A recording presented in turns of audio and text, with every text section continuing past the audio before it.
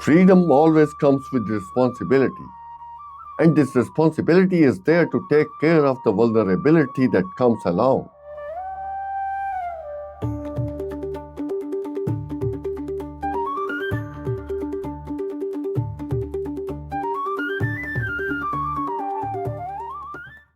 My name is Ladi Ojas. Welcome to Skeletal Leap, a living adventure. Skeletal Leap transforms one's life into a personal heaven. Today's episode will tell you how I cracked the code of instant heart chakra opening. I moved up along the vertebral column through its thoracic vertebrae along the upper back now.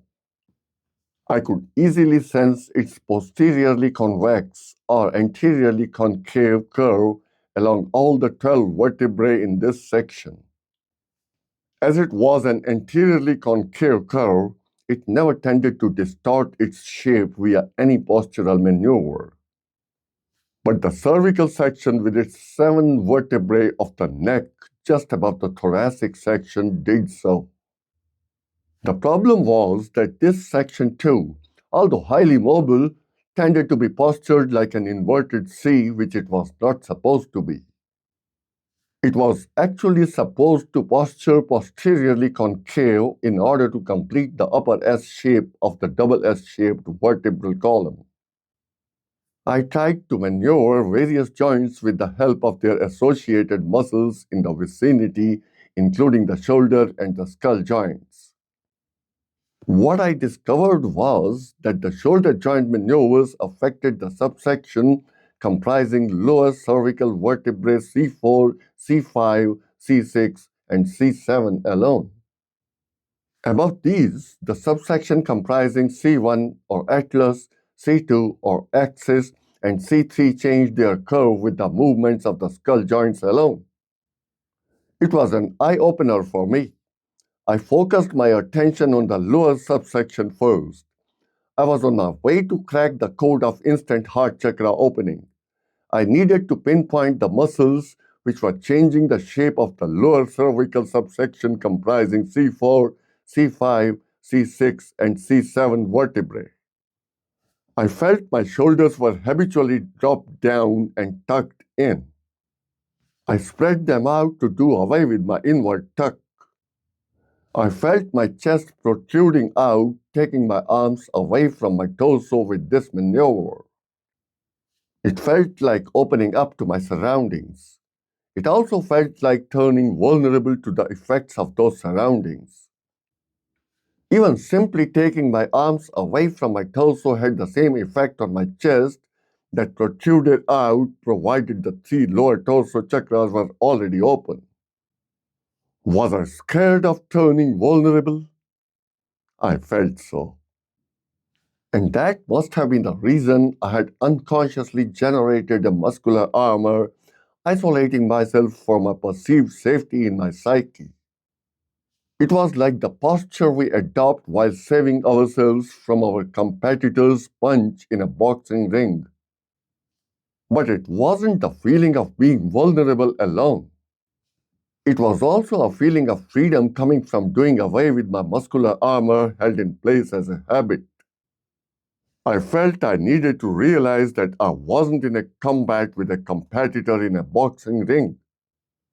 I realized how emotions played their role in debilitating our body posture through unconsciously perceiving an imaginary threat that wasn't there in reality at all.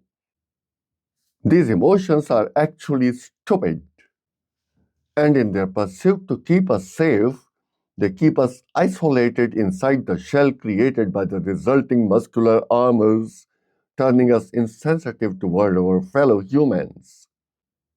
In fact, they turn us slaves to our own unconscious imaginary fears. We tend to lose our capacity to interact with our fellow humans in a spontaneous manner, which would have resulted in instinctually loving them and empathizing with them. It also gives rise to the feeling of keeping missing something all through our life, which we are never able to realize what. It's actually feeling lonely, which almost all of us on earth are victims to. Simply spreading my shoulders out to do away with my inward tug gave me such a huge lot of insight in my psyche. It was all lying unconscious, not only in my mind, but in my body as well. That's why I say that changes in the body have the capacity to bring changes in the mind, exactly like changes in the mind bring changes in the body. But still, it hadn't yet felt absolutely complete in its body maneuver as far as cracking the code of instant heart chakra opening was concerned. I could still breathe through my chest with the help of my intercostal muscles. And it was when I had already opened my solar plexus chakra, turning my thoracic diaphragm relaxed in order to initiate diaphragmatic breathing. I should no more have the option of breathing through my chest open to me at all. In fact, what I had done up to this point was relaxing my pectoralis major muscle via spreading my shoulders out to do away with my inward tuck. But there was something more to be done in order to complete the maneuver by locking my intercostal muscles while breathing. Actually, I had ignored another part of pectoralis muscles named pectoralis minor. I needed to relax this one as well, and this was not to be done by spreading shoulders alone. I needed to stabilize my shoulder blades through bringing them closer to each other, through protruding my chest out even further. That's what happens when we open our arms full to hug someone we passionately love. And as I did so, I discovered I was no more able to breathe from my chest with the help of my intercostal muscles at all. I was forced to breathe with my thoracic diaphragm deep. When I said deep, it meant both a much longer inhalation and an equally long exhalation. It completed cracking the code of instant heart chakra opening, making me both free as well as vulnerable. Download the code of instant heart chakra opening in the resources section of Skeletal Leap Book 1, available on skeletalleap.com/the mind body connection. Let's talk a little bit more about freedom and vulnerability coming together to me on opening my heart chakra here. Freedom always comes with responsibility, and this responsibility is there to take care of the vulnerability that comes along. In terms of our body muscles, it means relaxing the ones which need to be relaxed and keeping them relaxed until a real threat is there to take care of. Please note that I'm talking about a real threat and not a perceived imaginary threat that our mind often falls prey to. Freedom comes through relaxation. On the other hand, responsibility comes through ever being ready for the worst simply because relaxation has turned us vulnerable. In my case, my mind had opted for safety rather than readiness, thus robbing me of my relaxed freedom. Such a postural stance always keeps us stressed all along, except when we resign as a reaction to being overstressed. This resignation is always irresponsible and turns our muscles lethargic in the name of getting relaxed. Hence, relaxation and readiness being there together is a responsible maneuver, whereas stress and lethargy together is an irresponsible alternative. A really relaxed muscle is not only free of all stress, but is also ready to jump into action instantly. On the other hand, a habitually contracted muscle is not only slave to all stress, but is never really ready to jump into action instantly, simply because stress always keeps it fatigued perennially. That's why and how it turns irresponsible. I realized that if I needed to be free, I needed to be responsible too. I didn't need to be irresponsibly safe. I just needed to be responsibly ready for the worst. But there was something left incomplete that was still haunting me. I wasn't really feeling as free in the maneuver of my shoulder blades as I did in my chest muscles. It meant that relaxing pectoralis major had been perfectly complete, but my pectoralis minor was still feeling something missing. It certainly gave me a feeling of freedom and joy, but it hadn't made me as sensitive there as it had done to my chest. I kept wondering what the reason could have been.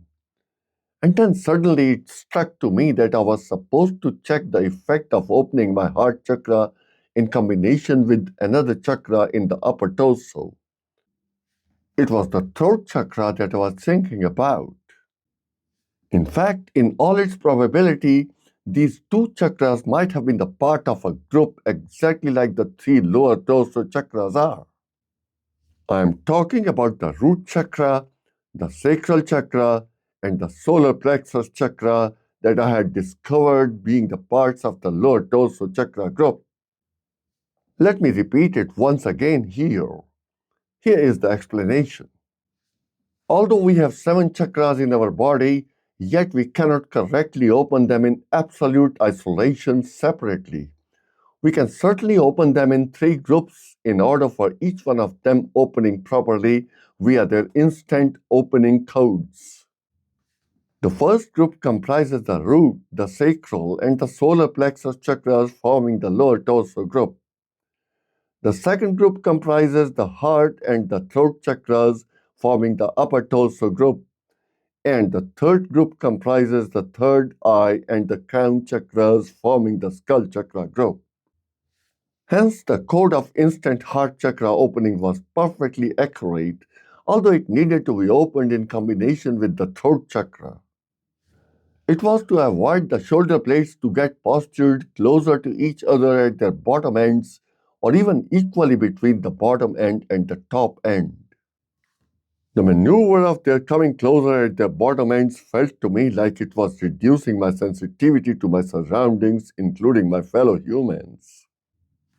I actually needed to match my sensitivity at pectoralis minor through stabilizing my shoulder blades to the empathetic sensitivity at my pectoralis major through protruding my chest by spreading my shoulders out to do away with my inward tuck. I decided to keep patience and wait for cracking the code of instant throat chakra opening.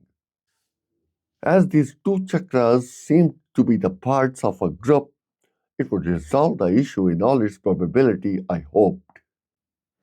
Opening my heart chakra had gifted me with all these insights to my psyche, along with the relaxed state of my body, which was always ready to jump into action instantly. It was done through maneuvering my pectoralis muscles, including both pectoralis major and pectoralis minor. Hence, I decided to enlist their anatomy and physiology ahead. Innervated by the lateral pectoral nerve C5 to C7 and the medial pectoral nerve C8 to T1, pectoral muscles have 2 parts. Number 1, pectoralis major, that flexes, extends, and rotates humerus, that's the bone of the upper arm, and number 2, pectoralis minor, that stabilizes the scapula, that is, shoulder blade. Pectoralis major is a thick, fan-shaped convergent muscle located in the chest. Its functions are flexion, extension, and rotation of the humerus. It performs 4 movements for the shoulder joint. Number 1, flexion of the humerus like in heavy weight lifting while doing biceps curls. Number 2, adduction of the humerus like in arm flapping. Number 3, rotating the humerus medially like in arm wrestling. And number 4, keeping arms attached to torso like in military attention posture. Out of the above 4 actions, only the second one keeps its associated vertebral upper S shape intact at the C8 spinal nerve to T1 vertebra. The same holds good for the C5 to C7 vertebrae. Its remaining 3 movements tend to turn it into an inverted C shape. Also, when we stretch our body for relaxation, it performs the second action alone. Hence, it's logical to deduce that the second action is the most relaxed state of the muscle. When we make it our first nature, it keeps the heart chakra open. But when we keep it postured like in any of the other three actions, it closes the heart chakra. It does so by turning the upper S shape of the C8 spinal nerve to T1 vertebrae into an inverted C shape. Pectoralis minor is a thin, triangular muscle located in the upper chest under the pectoralis major muscle.